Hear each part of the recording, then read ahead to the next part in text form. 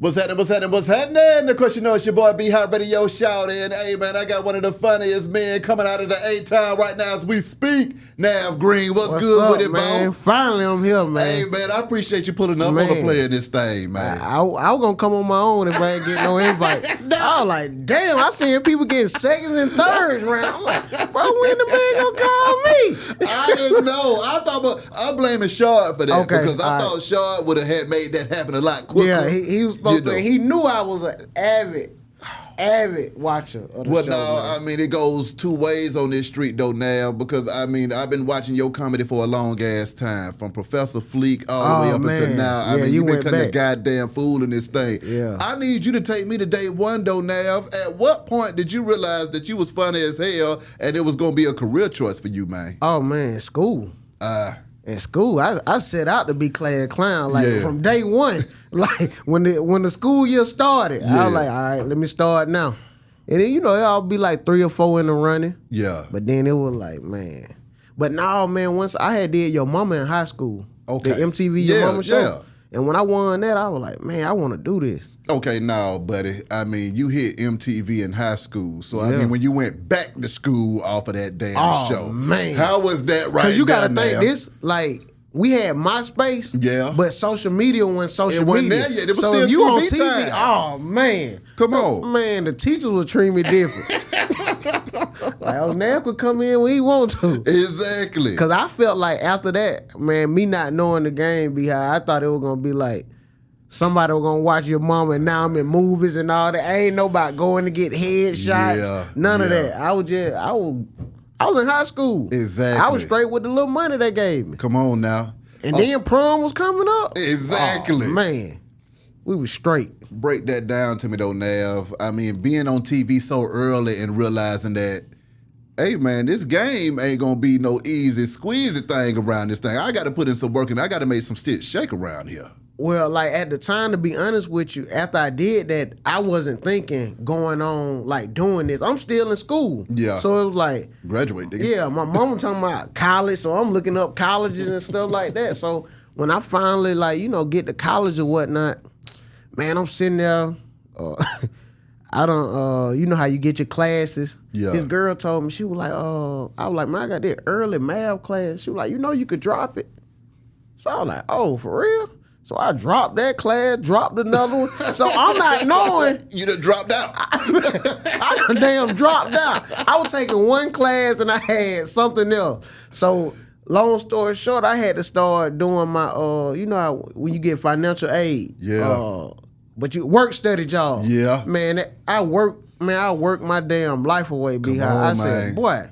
So that girl, one day we was by the calf. I was out there joking with everybody when they walked by. She was like, I don't know what you at school to do. She was like, but entertainment is your calling. Come on, man. Man, I ain't go back to school. So, I mean, did you go from there straight to the stage, or what the hell did you go straight to social media? What the hell no. Man, I went to the Congress Center. I was working at damn. Man, I got a job because they was my whole mindset, B.I. Yeah. I was going to get a job, save up my money, and go to L.A. because that's where I felt like you had to make it. Like, with stand-up and movies type stuff. I felt like you go out there. So I get a job at the Congress Center, man. I'm working. So, everybody come to the Congress Center in the Dome. Either I was like on the temp side. Yeah. So either you working housekeeping or you setup attendant. Yeah. If I get there and work on setup attendant, that cool because I'm setting up stages, maybe putting chairs in rooms and stuff. Thanks. You in housekeeping, it'd be different because you might have to ride around with the track can. Man, they were doing for sisters only. Ooh. No, it was the hair show, Brunner Brothers. Yeah, I know what you're talking about. So, man, I might have seen a girl I went to school with. Man, I spent that trash can. I said, man, I got to figure out something else. But I had ended up going out to Cali for a few months, but I could never do nothing because it was like, it was about who you know. I made some connections and stuff out there, but it was still like, we be thinking we had a plan, but God be having a plan because every big thing I did came from this city here. Come on now. I mean, what was it like touching down in Cali though, man? Because I mean, being a Georgia boy, you're on the West Coast with it now, bro. Man. It wasn't for me. Damn. Like, and when I say that, it's fun, but Yeah. just to think to live there, Yeah. like now, like especially when you so used to Atlanta and how we move and stuff Yeah. like that. So it's like they clubs close early and all that Nobody type got time of for that shit. It's like, nigga man. trying to crank that bitch all the way up. And can't get no lemon pepper wings. I don't know how it is now, but boy, then I was stressed out, boy. My God. I see why y'all vegan. Now hit me with this though, man, because one of the things I love about you and your crew and y'all whole generation is that y'all have single-handedly brought comedy back to the city too. At one point in time, you know, Atlanta didn't have a real scene of young up-and-coming comics that was shutting shit down every weekend. It's like, I could go and hit a club every weekend and get somebody out of that damn crew and feel good about comedy in Atlanta. Talk about the Atlanta scene and breaking into this scene, though.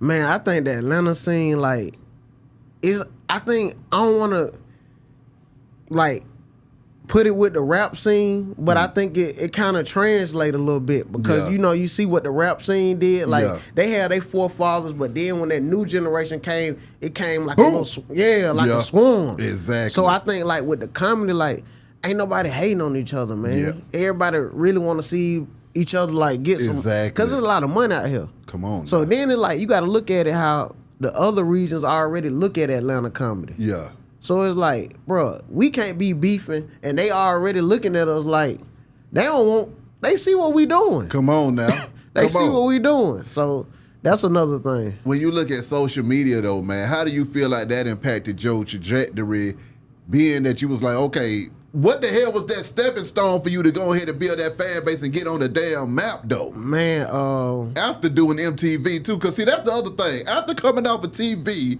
what was that next damn adrenaline shot? Where did that come from? B.I., you got to think, after MTV, I think I ain't started doing stand-up till like 7 years later, though. You see what I'm saying? Damn. So, but that kind of helped, though. I was able to, coming out of high school, I wouldn't have been able to talk about nothing. Yeah. I ain't been through nothing. Yeah. So after that, I done had a child, you know what I'm saying? Come on now. Couple baby mamas. Now I got some shit to talk about. You had one baby mama, you got some shit to talk about. You get two? Come on. Nigga. Too much to talk about. But too much to talk about. I mean, Professor Fleek going crazy though, man. What did that do for the career at the same time, being able to take over and go viral with him? That helped so much because, like, at the time, Beehive, like, the Atlanta comedy scene, like you said, it was so strong. Yeah. So when we would go to comedy clubs and stuff, like, at the time, this was, you would still see your Carlos Millers pop in and do sets. So it's like, if you don't sign the list, they don't give a damn how you signed the list. Yeah. If we got Carlos, K-Dub, LeVar Walker, come on, we not putting you up if we got them. So we're like, bro, I got to figure something out. So Tyler Chronicles, he used to host